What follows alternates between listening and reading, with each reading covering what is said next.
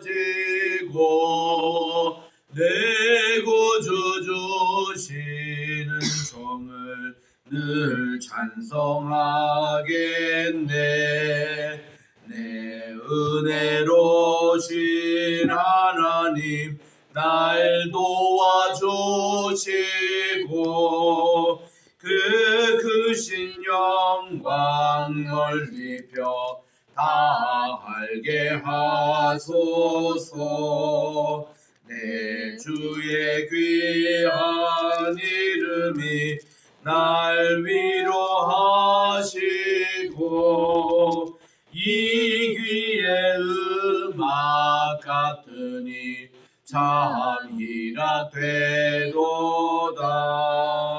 내 죄의 권세 깨뜨려 그 결박 푸시고 이 주한 마음을 비로소 고정케 하셨네.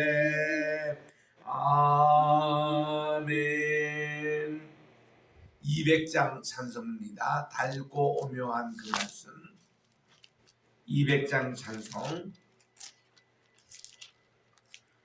달고 묘한 그 말씀, 생명의 말씀은 귀한 그 말씀 진실로 생명의 말씀이 나의 길과 믿음 밝게 보여주니 아름답고 귀한 말씀 생명샘이로다.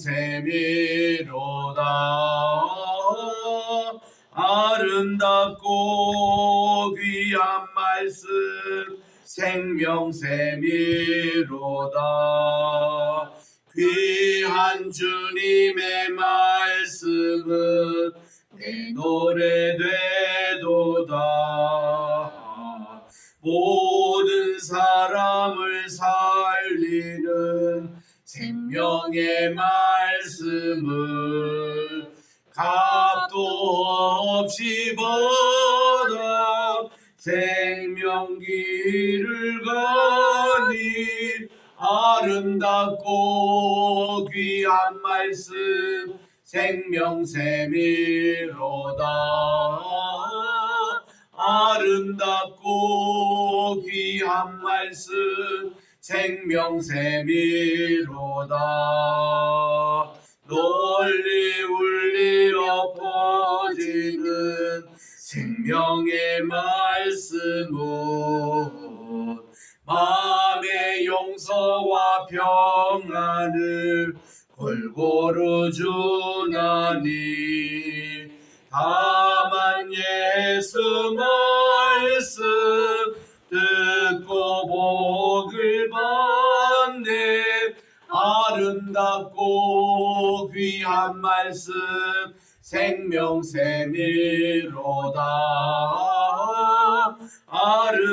아름답고 귀한 말씀 생명샘이로다. 아멘. 기도하겠습니다.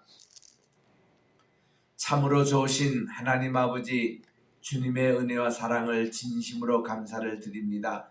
지난 간밤에 또 이렇게 태풍의 영향으로 천둥 번개가 치고 많은 폭우가 내렸지만 또 이 새날을 맞이해서 고요한 아침을 허락해 주심을 감사드립니다. 아멘. 오늘 또 2022년 8월 2일 화요일날 이 하루를 주님께 바치오니 하나님께서 오늘 또 하루 24시간 온종일 주님과 동행하는 임마누엘의 시간이 되게 도와주시고 아멘. 복된 하루가 되게 도와주시오며 아멘. 오늘도 주님 주시는 시편 19편의 말씀을 통하여 하나님의 귀한 말씀 우리 마음에 각인되어 이 말씀대로 살아갈 수 있는 복된 이 하루가 되게 도와주시옵기만을 예수님의 이름으로 기도드립니다. 아멘. 오늘은 우리 시편 19편입니다. 시편 19편 7절부터 우리 14절까지 보겠는데 맨 마지막 14절은 합독해 주시기 바랍니다. 시편 19편 7절 여호와의 율법은 완전하여 영혼을 소성시키시며 여호와의 증거는 확실하여 우둔한 자를 지혜롭게 하며 여호와의 교훈은 정직하여 마음을 기쁘게 하고 여호와의 계명은 순결하여 눈을 밝게 하시도다. 여호와를 경외하는 도는 정결하여 영혼까지 이루고 여호와의 법도 진실하여 다 의로우니 금 곧 많은 순금보다 더 사모할 것이며 꿀과 송일꿀보다 더 달도다. 또 주의 종이 이것으로 경고를 받고 이것을 지킴으로 상이 크니이다. 자기 허물을 능히 깨달을 자 누구리요. 나를 숨은 허물에서 벗어나게 하소서. 또 주의 종에게 고의로 죄를 짓지 말게 하사 그 죄가 나를 주장하지 못하게 하소서. 그리하면 내가 정직하여 큰 죄가에서 벗어나겠나이다. 나의 반석이시여 나의 구속자이신 여호와여 내 입의 말과 마음의 묵상이 주님 앞에 연락되기를 원하나이다. 아멘. 시편 19편 참 진주와 같은 아름다운 시입니다.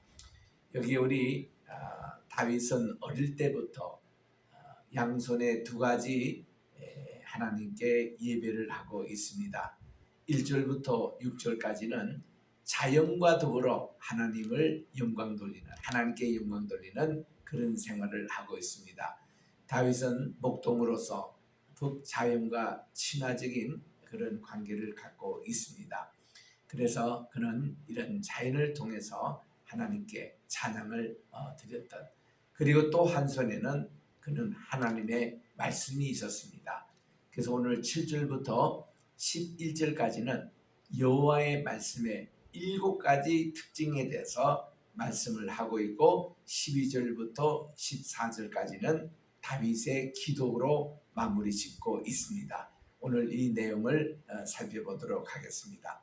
어저께 우리 공부한 것을 다시 복습하면 1절에 하늘은 하나님의 영광을 드러내고 궁창은 그의 하신 일을 나타내는도다 하고 하나님을 찬양하고 있습니다.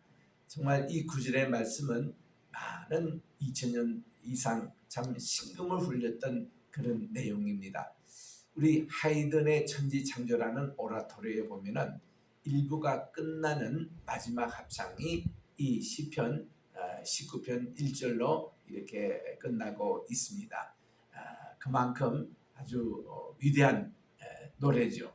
우리 또 베토벤의 이제 그분의 그 장문 미사곡에 보면 글로리아라는 그 부분이 나오는데 그 영광을 돌릴 때에 이 내용을 가지고 하나님께 또 찬양을 하고 있습니다.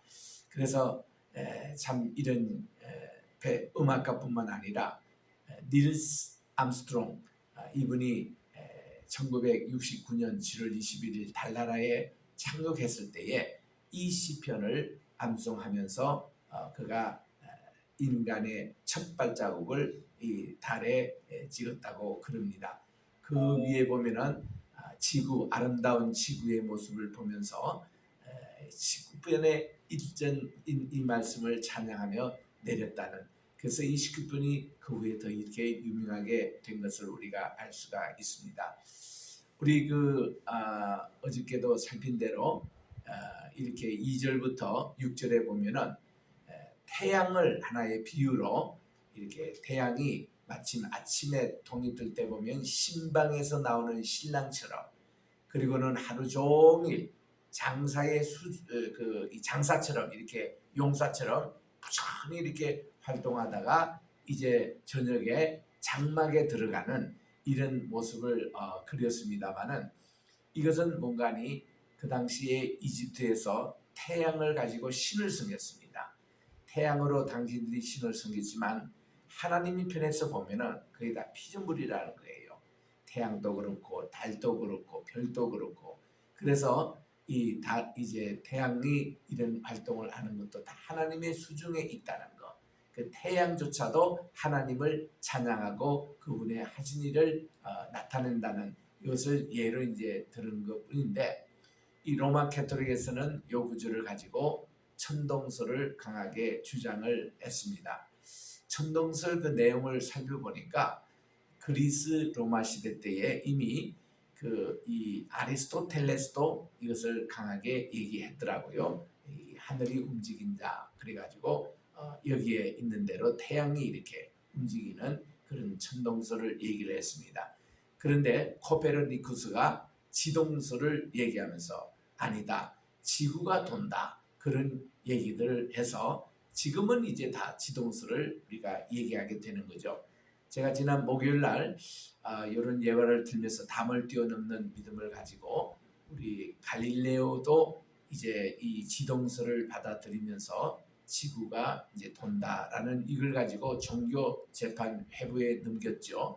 그래서 그가 이제 이 캐톨릭 교권에서 절대 다른 데서 천동설 이게 맞다고 주장하고 지동설 얘기하지 말라. 그리고 훈계하고 보냈는데 나오면서 그가 춤을 그리면서 그래도 지구는 돈다라는 그런 얘기를 했는데 제가 그때 조금 착각해서 그분이 화형 당했다. 그걸로 인해서 그래서 이제 화형 당하기 직전에 그런 얘기했다는 것은 좀 취소해 주시기 바랍니다. 그래서 우리 정확한 그런 역사적인 팩트를 우리 이제 보는 건데, 자 이렇게 해서 요즘은요 이 천동설에서 지동설 지금은 뭔가 하면요 태양도 돌고 있더라고요. 이게 이제 우주 전체가 돌고 있습니다. 움직이고 있습니다. 이거를 우리가 우동설이라고 한번 얘기해 보겠습니다. 왜냐하면 우리 태양계가 속해 있는 은하계를 우리 안드로메다 은하계라고 그러는데 이 은하계를 갤럭시라 하잖아요. 우리 삼성에서 갤럭시가 나오는 것이 그게 은하계의 그 얘기인데 밀키웨이스 이런 은하계 자체가 다 이게 또 돈다는 거예요.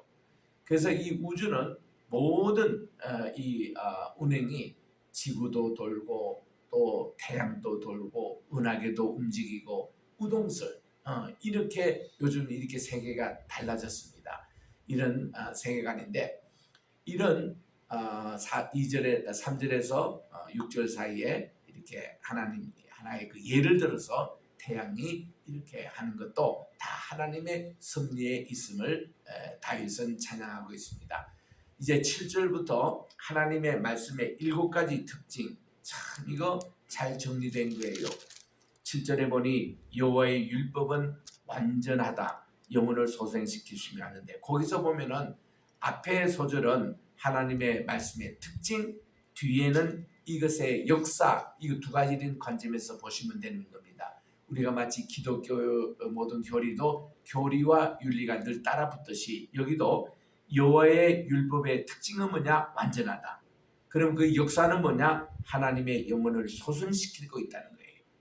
두 번째는 여호와의 증거 이 모든 이 율법이다 증거다 교훈이다 이 모든 것을 한마디로 얘기하면 토라라고 얘기합니다. 하나님 말씀의 토라 하나님의 증거 여호와의 증거는 확실하다는 거예요.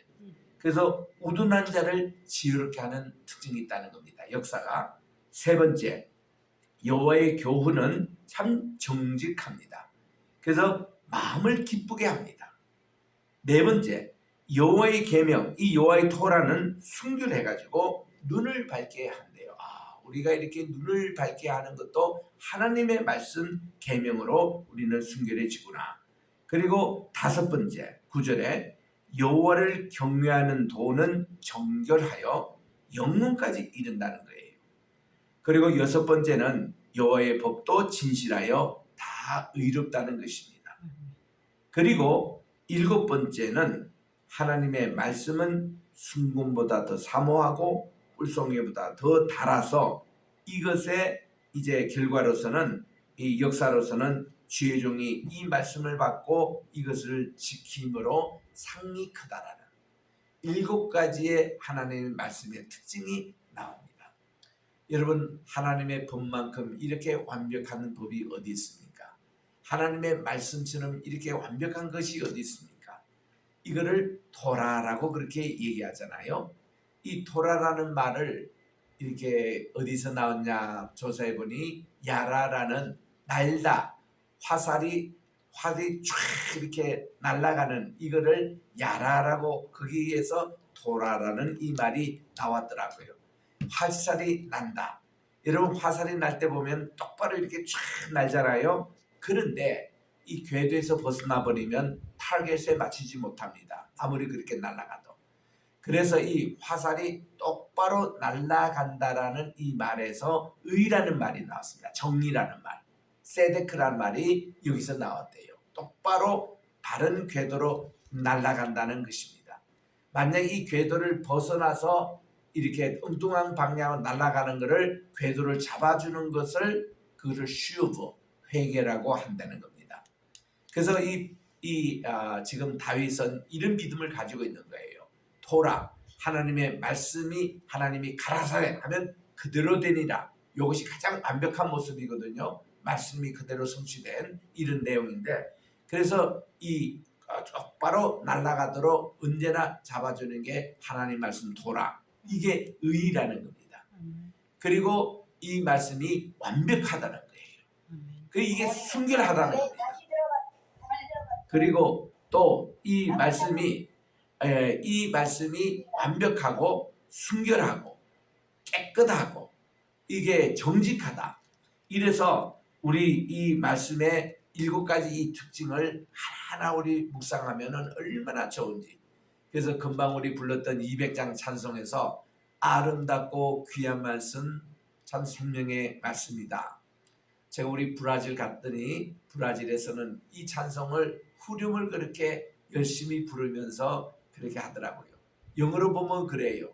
후렴만 Wonderful words, beautiful words, beautiful words of life. Wonderful words, beautiful words, wonderful words of life. 정말 멋있는 말씀, 아름다운 말씀, 무엇이 생명의 말씀이 그렇다는 겁니다. 이게 성경에 기록된 이게 다윗의 신앙이라는 겁니다.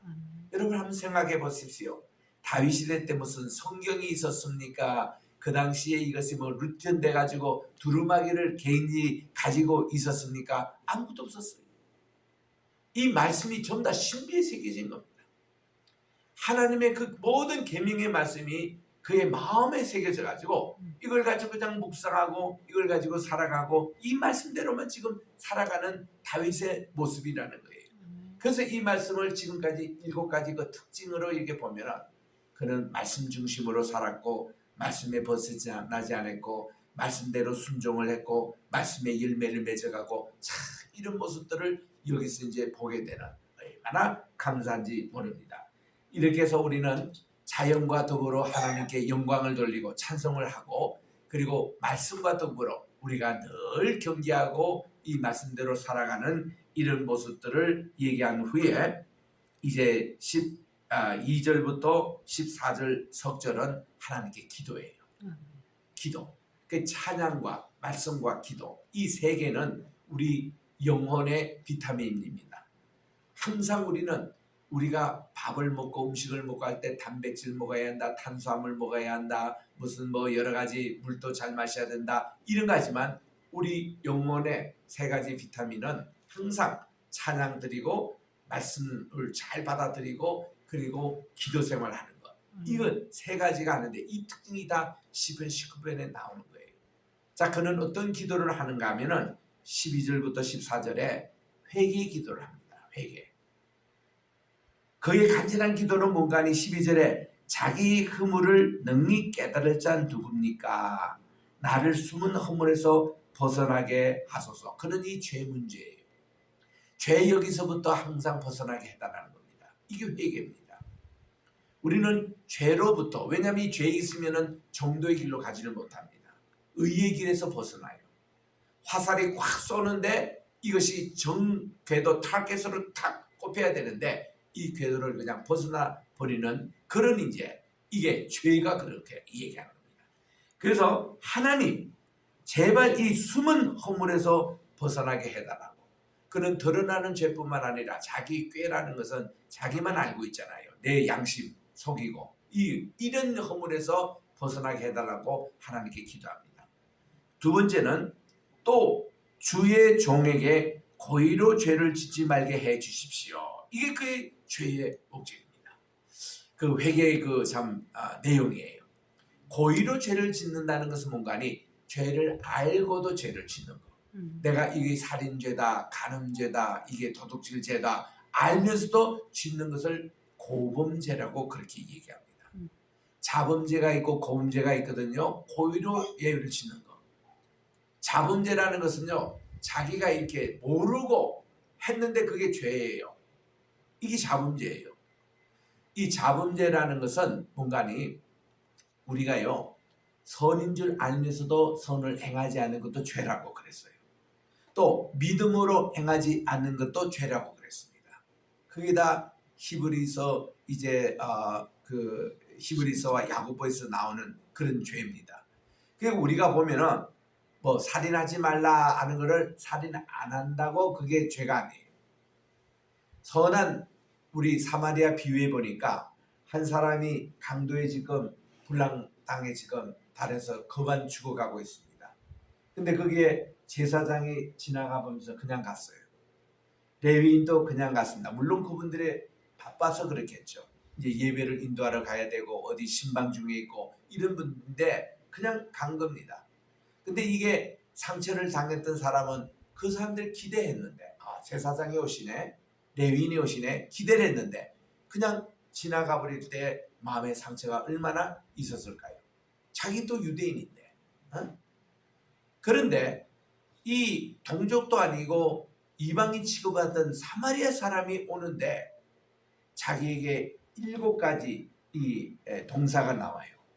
이분이 지나갔습니다. 그냥 지나치지 않고 가까이 다가옵니다.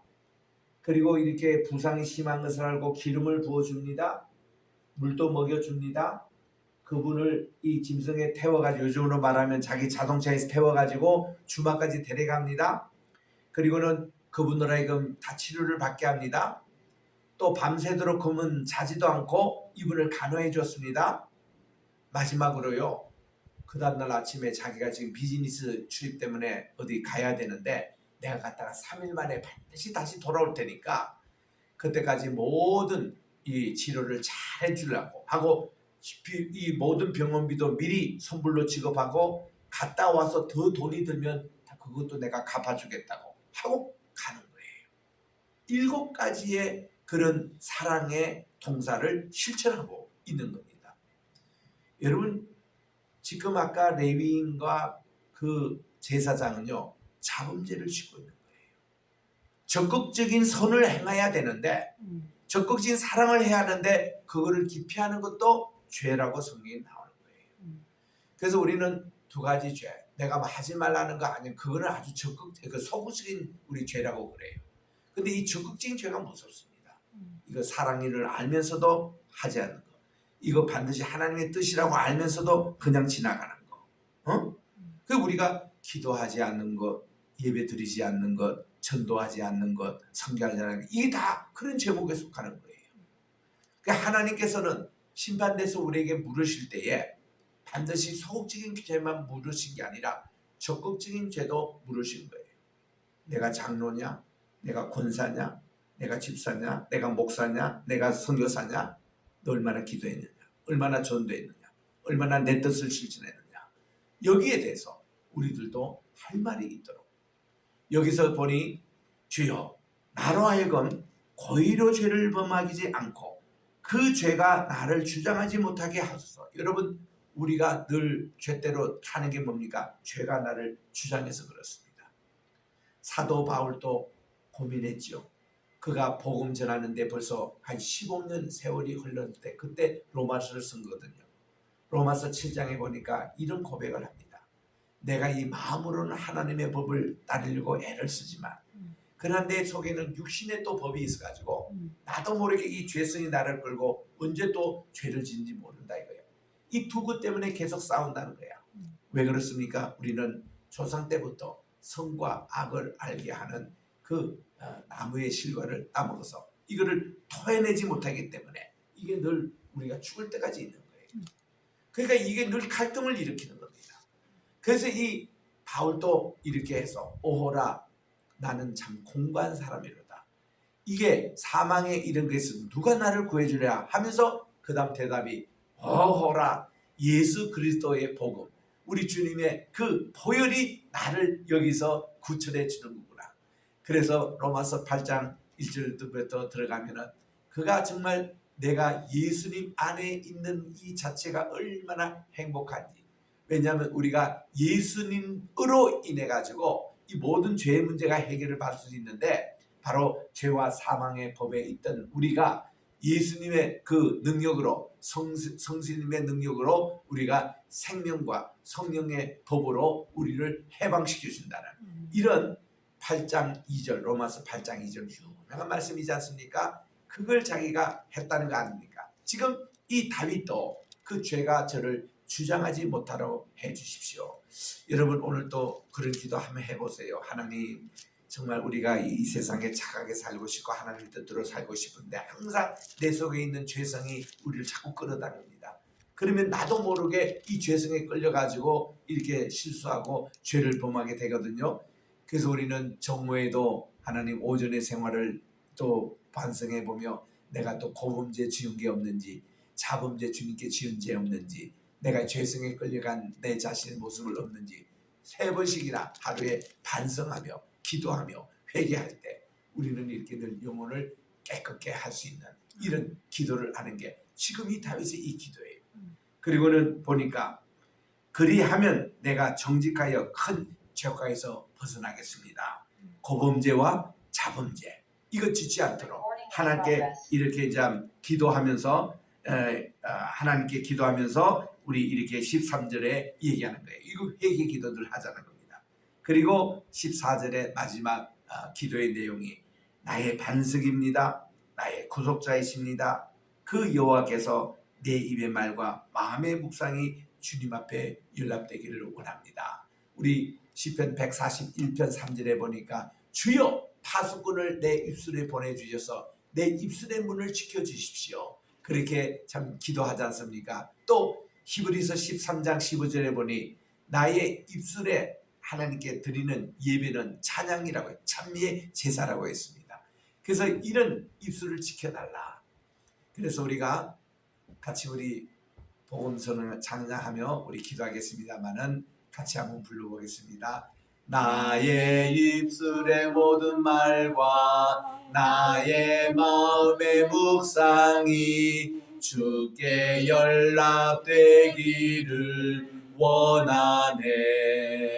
생명이 되신 주, 반석이 되신 주, 나의 입술의 모든 말과 나의 마음의 묵상이 주께 연락되기를 원하네.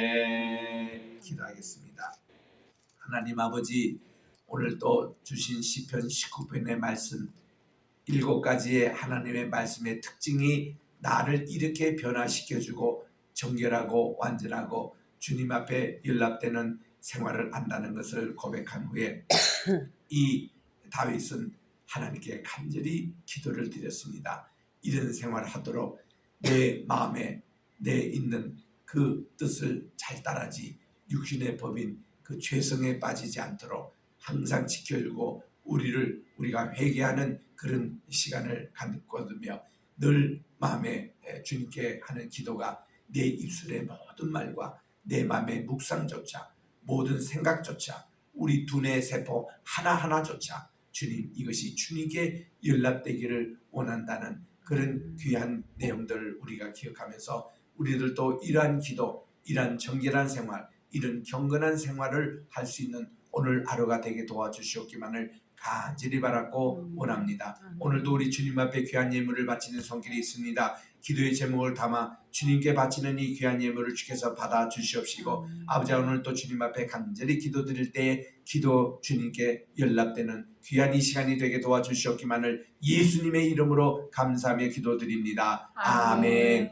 하늘에 계신 우리 아버지여 이름이 거룩히 여김을 받으시오며 나라에 임하옵시오며 뜻이 하늘에서 이룬 것 같이 땅에서도 이루어지이다. 오늘날 우리에게 일용할 양식을 주옵시고 우리가 우리에게 죄 지은 자를 사하여 준 것 같이 우리 죄를 사하여 주옵시고 우리를 시험에 들게 하지 마옵시며 다만 악에서 구하옵소서. 대개 나라와 권세와 영광이 아버지께 영원히 있사옵나이다. 아멘.